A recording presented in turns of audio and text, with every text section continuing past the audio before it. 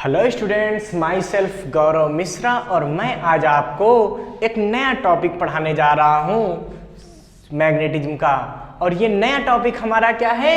Force in a current carrying conductor placed in uniform magnetic field. Students, हमको पहले से हमने समझ रखा है कि चार्ज पे फोर्स क्या लगता है, कितना लगता है, उसकी वजह से उसका मोशन कैसा हो जाता है, ये सब मैंने पहले पढ़ रखा है।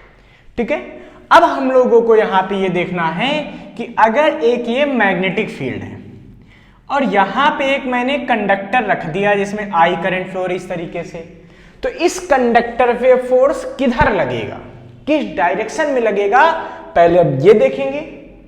फिर इस पे फोर्स कितना लगेगा, मींस उसका मैग्नीट्यूड, वो हम देखेंगे। तो पहले हम बात करते हैं कि फोर्स किधर लगता है, डायरेक्शन ऑफ द फोर्स क्या है।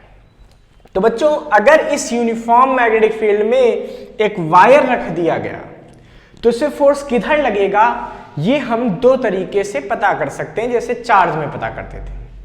क्या? एक तो right hand palm rule 2, right hand palm rule 2 ये बताता है कि इस पे फोर्स किधर लगेगा, और दूसरा बताता है फ्लेमिंग्स लेफ्ट हैंड रूल। तो बच्चों, शुरुआत करते हैं। हमको पता है, हमने पहले भी कई बार डिस्कस कर रखा है कि चाहे आप right hand palm rule use करें, चाहे आप लेफ्ट हैंड यूज करें, कोई फर्क नहीं पड़ता, आंसर दोनों का डायरेक्शन का सेम आना है। ठीक है बच्चों, राइट हैंड पाम रूल क्या कहता है? वो ये कहता है कि if we put our fingers in the direction of magnetic field and we put our thumb in the direction of current, then the direction of force will be represented by our palm. तो direction किससे represent होगी? पॉम से, इधर।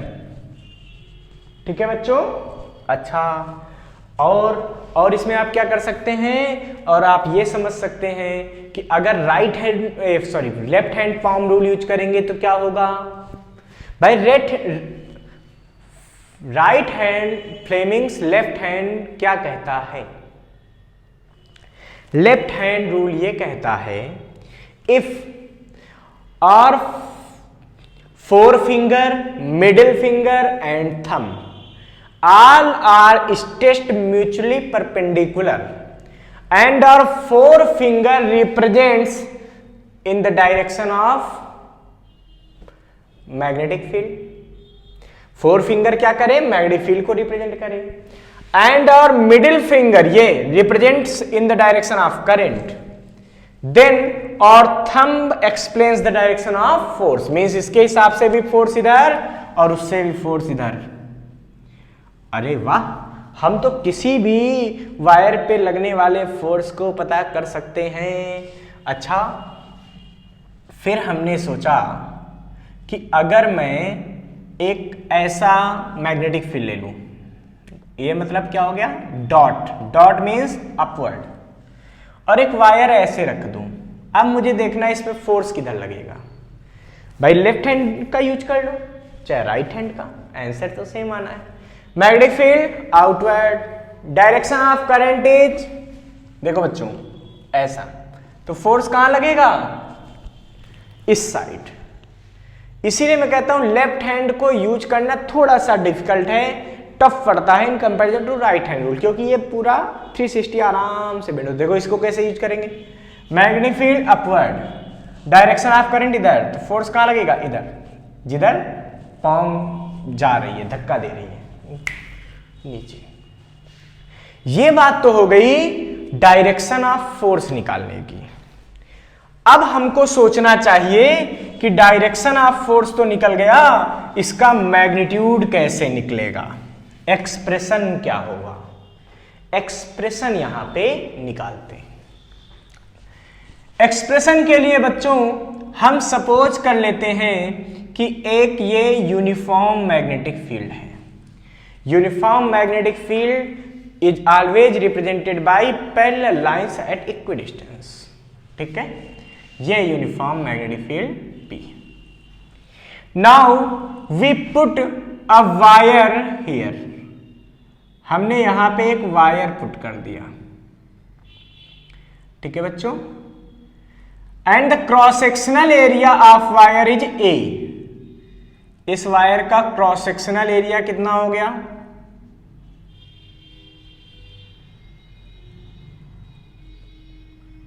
ए, ठीक। Suppose किया length of wire is L, length of wire is L. अच्छा, current in the wire is I, I क्या है? करंट। सपोज कीजिए बच्चों करंट कुछ इस तरीके से फ्लो हो रही है, आई, ये पूरा वायर है, मोटा सा, मोटा इसलिए बना रहे हैं, हमको इसकी रिक्वायरमेंट है अभी इसलिए। वैसे आप थिन बना के भी काम चला सकते हैं। Direction of current is I, I है। बच्चों आप सोचिए कि जब करंट इस साइड फ्लो हो रही होगी तो क्या इस वायर के सारे इलेक्ट्रॉन करंट के अपोजिट नीचे की तरफ जा रहे होंगे? हाँ सर, जा रहे होंगे। अच्छा, तो जब करंट फ्लो होती है वायर में तो उसके इलेक्ट्रॉन जो होते हैं वो किस वेलोसिटी से ट्रेवल करते हैं? क्या आपको याद है? Electron travels with the drift velocity. जब किसी वायर में करंट फ्लो होती है तो सारे इलेक्ट्रॉन करंट के अपोजिट चलते हैं, और कितनी स्पीड से चलते हैं? ड्रिफ्ट वेलोसिटी से, वीडी। तो वीडी क्या है? Drift velocity of free electrons. बच्चों इन्हीं फ्री इलेक्ट्रॉन्स के चलने की वजह से उस पे एक मैग्नेटिक फोर्स लगता है, और वही मैग्नेटिक फोर्स इस वायर पे फील किया जाता है।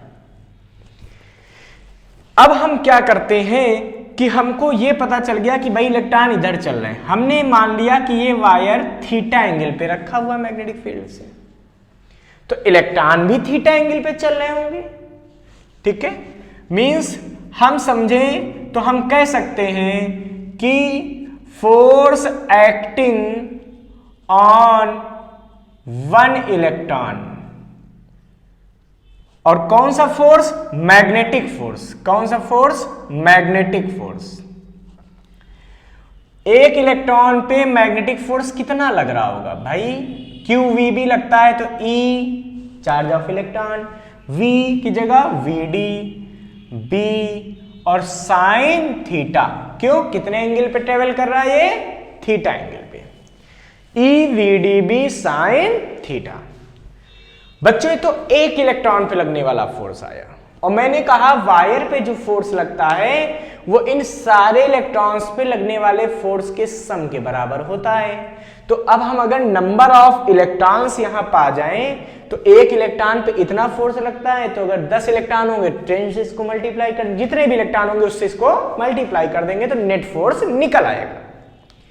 अब बात यहां आती है कि टोटल नंबर ऑफ इलेक्ट्रॉन कैसे निकाल सकते हैं? तो भाई हम मान लेते हैं सपोज, ठीक है, small n is the number of electron in unit volume. Unit volume में कितने इलेक्ट्रॉन हैं? Small n। यूनिट मतलब एक millimetre cube, 1 centimetre cube, 1 metre cube, जो भी मान। So number of electron, number of free electron यहां लिखना चाहिए बच्चों, हमेशा फ्री इलेक्ट्रॉन की बात करते हैं। Number of free electron in wire, तो गिवन वायर में नंबर ऑफ फ्री इलेक्ट्रॉन कितने होंगे भाई? यूनिट वॉल्यूम में n, ठीक है, तो 2 वॉल्यूम में 2n, 3 वॉल्यूम में 3n। इस वायर का वॉल्यूम कितना होगा? Area into length, AL, pi r square L होता है ना, pi r square area into L length, cylindrical wire होता है, हमेशा याद रखिएगी। तो N इंटू AL। क्या मेरी बात क्लियर है? हाँ, बहुत अच्छी बात है। सो net force acting at wire, F बराबर कितना लगेगा बच्चों? एक इलेक्ट्रॉन पे इतना फोर्स लग रहा था, तो इतने इलेक्ट्रॉनों पे कितना फोर्स लगेगा? तो एक इलेक्ट्रॉन पे लगने वाले फोर्स को मल्टीप्लाई कर देंगे किससे? नंबर ऑफ इलेक्ट्रॉन से।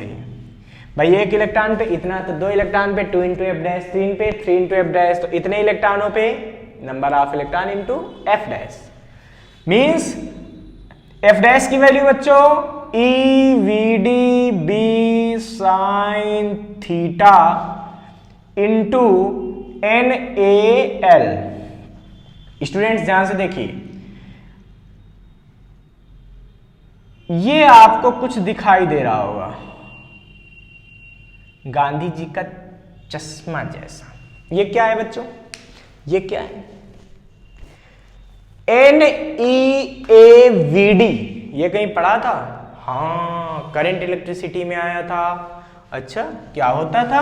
अरे भाई आई होता था NeAVD। तो हम इतनी वैल्यू की जगह आई पुट कर सकते हैं। Means F is equal to IBL sine theta. इसके अगर वेक्टर फॉर्म की बात की जाए, क्योंकि हमको पता है ना फोर्स वेक्टर क्वांटिटी की डायरेक्शन होती है IL cross B, this is it's vector form. तो F इज इक्वल टू कितना हो गया बच्चों? IBL sine theta. ठीक है। अब स्टूडेंट्स हम क्या करते हैं, हम यहां पे फोर्स निकालते हैं बिटवीन 2 करंट कैरिंग वायर्स पे। सेम कॉन्सेप्ट पे निकलेगा और हम इसको डिराइव करते हैं। ठीक है, तो हमारा नेक्स्ट डेरिवेशन क्या है? Force acting between 2 parallel current carrying wires. ठीक है, पैरेलल को मैं ऐसे भी कर सकता हूं, कुछ लोग तो इसको ऐसे लिखते ही नहीं, डायरेक्ट ऐसे बनाते, 2 पैरेलल। कितना अच्छा लगता है ना बच्चों, करंट कैरिंग वायर्स। कैसे भैया? हम सपोज कर लेते हैं कि ये 2 करंट कैरिंग वायर्स हैं।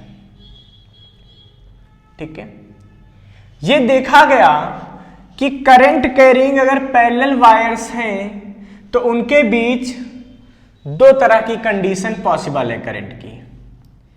एक, जब current will be in same direction, और एक when the current will be in opposite direction. Students, जब पैरेलल वायर एक दूसरे से सेम डायरेक्शन में करंट वाले रखे जाते हैं, ठीक है, तो यहां पर ये एक दूसरे को सेम डायरेक्शन वाले क्या करते हैं? अट्रैक्ट करते हैं। ठीक है, ये अट्रैक्ट करते हैं।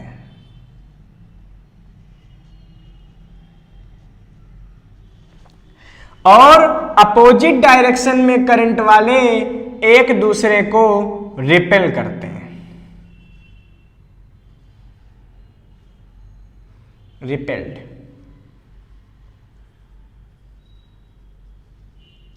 ठीक है, तो ये क्या करते हैं? ये रिपल्सन शो करते हैं। ये क्या करते हैं? ये अट्रैक्शन शो करते हैं। अच्छा, बहुत अच्छी बात है। अब अगर मैं यहां पे बात करूं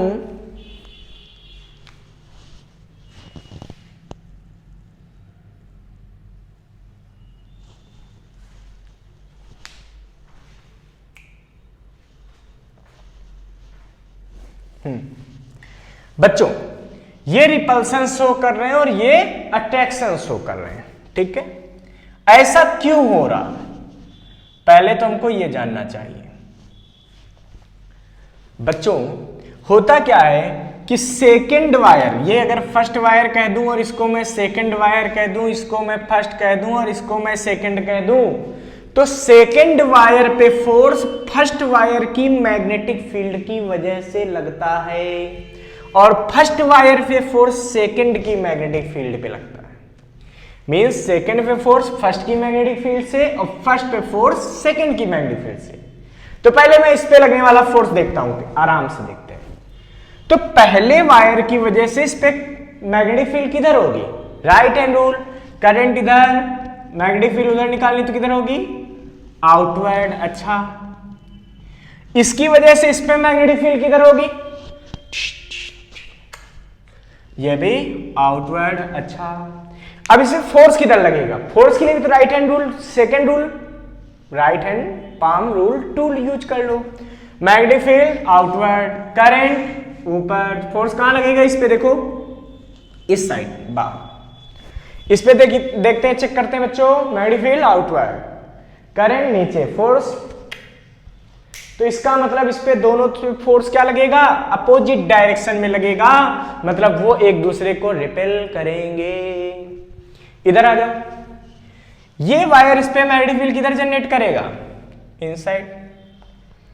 ये वायर इस पे मैग्नेटिक फील्ड किधर जनरेट करेगा, आउटसाइड। इस पे फोर्स किधर लगेगा, सोचिए, right hand palm rule 2, magnetic field की डायरेक्शन में कर finger thumb in the direction of current, force किधर लगेगा, इनसाइड, अंदर की तरफ ऐसे। इस पे देखिए मैग्नेटिक फील्ड आउटवर्ड, करंट ऊपर, फोर्स इस साइड।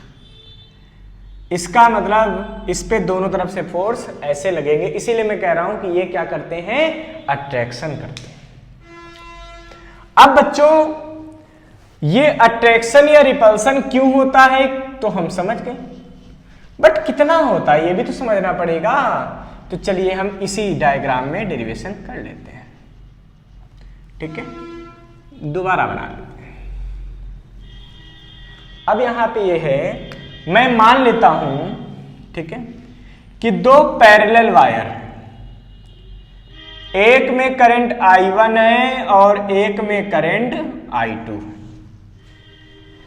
हमको इन दोनों के बीच लगने वाले फोर्स की वैल्यू को फाइंड करना है। ये बात तो हम समझ चुके हैं कि इन दोनों पे फोर्स एक दूसरे की तरफ मींस अट्रैक्शन का लगेगा, क्योंकि सेम डायरेक्शन में करंट है। जब अपोजिट में होती तो रिपल्सन लगता है, और क्यों लगता है मैंने समझा दिया बच्चों। तो इसमें क्या होगा, अगर मान लें इन दोनों के बीच की डिस्टेंस r है, then magnetic field intensity at wire 2 due to first, पहले की वजह से 2 पे मैग्नेटिक फील्ड कितनी होगी सोचो। तो पहले की वजह से निकाल लेना, तो B1 क्या लगेगा, μ0/2 पाई I1 अपान R। हमको पता है ना इनफिनाइट लॉन्ग वायर की वजह से मैग्नेटिक फील्ड फार्मूला μ0/2 पाई I/R, वही यूज किया, इसकी वजह से इस पे निकाल दिया, ठीक है। सो फोर्स एक्टिंग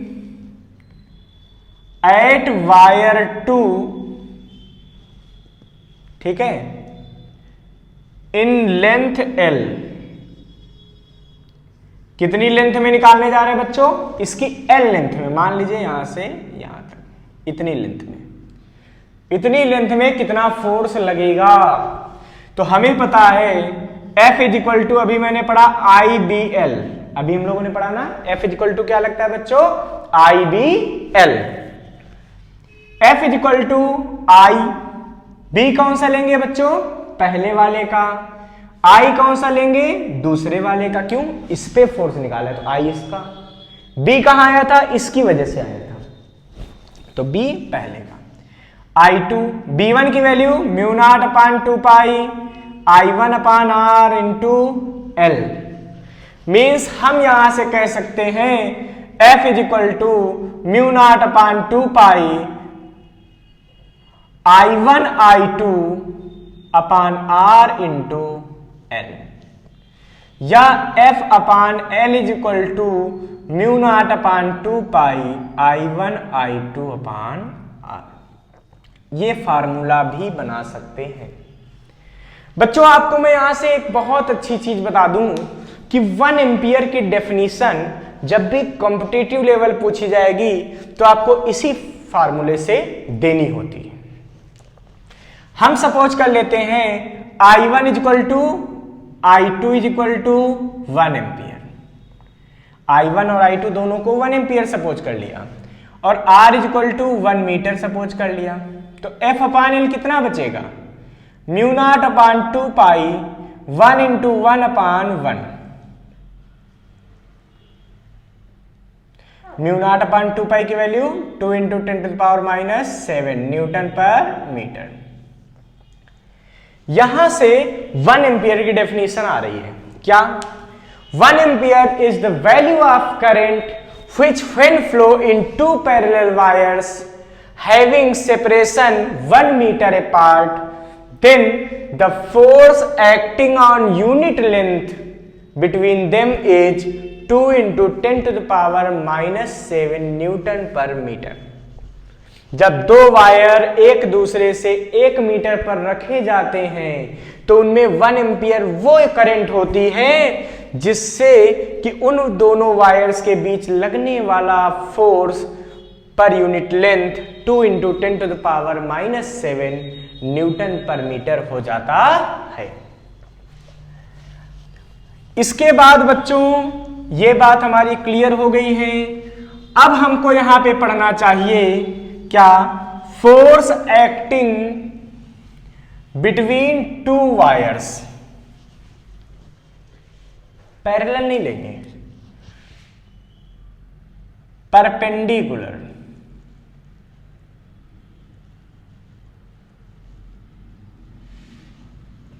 इसमें क्या होगा?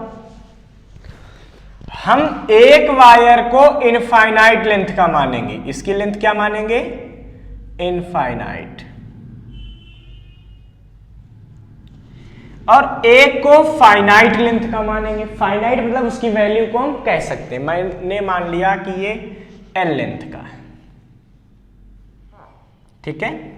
अच्छा, और हमको इन दोनों के बीच लगने वाला फोर्स निकालना है, या ये कहें कि हमको सीधे तरीके से समझ लीजिए इस वायर की वजह से दूसरे पर फोर्स निकालना है। हमको क्या करना है? कैलकुलेट करना है फोर्स एट वायर 2 और ड्यू टू वायर फर्स्ट। ठीक है बच्चों, कैसे कैलकुलेट कर सकते? सोचिए, यहां पे आपका वो फार्मूला नहीं लगेगा क्या? F is equal to mu 0 upon 2 pi I1 I2 upon R into L नहीं लगने वाला। क्यों? क्योंकि वो पैरेलल में था। पैरेलल वायर में यहां पे जो मैग्नेटिक फील्ड थी वह यहां थी, वह यहां थी, वह यहां थी। इसीलिए हर जगह फोर्स एक सेम तरीके से लग रहा था और वहां पे फोर्स का ये फार्मूला आता था। बट यहां पे ऐसा नहीं है बच्चों, यहां पे फील्ड वेरिएबल है। देखिए यहां पे फील्ड कुछ और होगी इसकी वजह से। मान लीजिए इसमें करंट I1 है, इसमें करंट I2 है। इस वायर की लेंथ को हमने L मान ही लिया है। हम मान लेते हैं कि यहां से इस वायर की डिस्टेंस B है। ठीक है बच्चों, अब आप ध्यान दीजिए, इस तरह का करने के लिए हमको क्या करना पड़ेगा? इस पे फील्ड वेरिएबल हो गई, और हमको पता है जब भी फील्ड या फोर्स वेरिएबल होने लगते हैं तो वहां का सबसे अच्छा तरीका होता है कि हम इंटीग्रेशन को यहां पे इन्वॉल्व कर लें। हम क्या करेंगे? हम सपोज कर लेंगे कि वायर से x डिस्टेंस पर एक छोटी सी लेंथ dx है। ये छोटी सी लेंथ कितनी है बच्चों? dx। ठीक है, इस dx लेंथ पे लगने वाला फोर्स निकालेंगे और फिर पूरे फोर्स को निकालने के लिए उसको इंटीग्रेट कर देंगे। सिंपल। तो इस पे फोर्स कैसे निकलेगा? तो सबसे पहले हमको यह देखना चाहिए कि पहले वायर से इस वायर पे कितनी करंट होगी, dx लेंथ पे कितनी मैग्नेटिक फील्ड होगी। तो लिखेंगे क्या? Magnetic field at point P due to wire first. कौन से वायर से ले रहे हैं? पहले वायर से। तो कितनी होगी बच्चों? म्यू 0 अपान 2 पाई आई अपान एक्स। म्यू 0 अपान 2 पाई आई अपान एक्स, ये यहां से मैग्नेटिक फील्ड हो गई। इस मैग्नेटिक फील्ड की वजह से यहां पे क्या होगी बच्चों? एक फोर्स अप्लाई होगी। उस फोर्स की वैल्यू क्या होगी? Force at length dx। और ये कैसा फोर्स है? मैग्नेटिक फोर्स लगेगा बच्चों, मैग्नेटिक फील्ड की वजह से लगेगा। ठीक है, अच्छा मैग्नेटिक कितना लगेगा? F बराबर आई बी एल और साइन थीटा। I तो करंट इसकी कितनी है? I2। B इसकी मैग्नेटिक फील्ड कितनी है? B1। L लेंथ कितनी है बच्चों इसकी? dx। dx में हम मान के चलते हैं इतनी छोटी लेंथ है कि मैग्नेटिक फील्ड का वेरिएशन बहुत कम है, 0 है। और साइन थीटा तो देखिए इसकी वजह से मैग्नेटिक फील्ड किधर हो रही है? क्रॉस। मैग्नेटिक फील्ड इधर कैसे आ रही है? क्रॉस। अब मैग्नेटिक फील्ड क्रॉस है और ये करंट इधर है, तो फोर्स किधर लगेगा इस पे? अपवर्ड। तो इस पे फोर्स किधर लगना है? इधर। अच्छा, तो dx लेंथ पे हमको देखना था, तो हमने देखा b और dx के बीच कितना एंगल है? 90 डिग्री। भाई मैग्नेटिक फील्ड अंदर और करंट इधर, दोनों बीच का एंगल 90 डिग्री। तो साइन 90 मीन्स ये छोटा सा फोर्स dF इक्वल टू आ गया I2 और B1 की वैल्यू म्यू 0 अपान 2 पाई, म्यू 0 अपान 2 पाई I1 अपान x इंटू dx।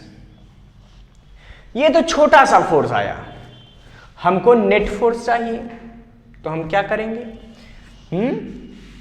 इंटीग्रेट करेंगे।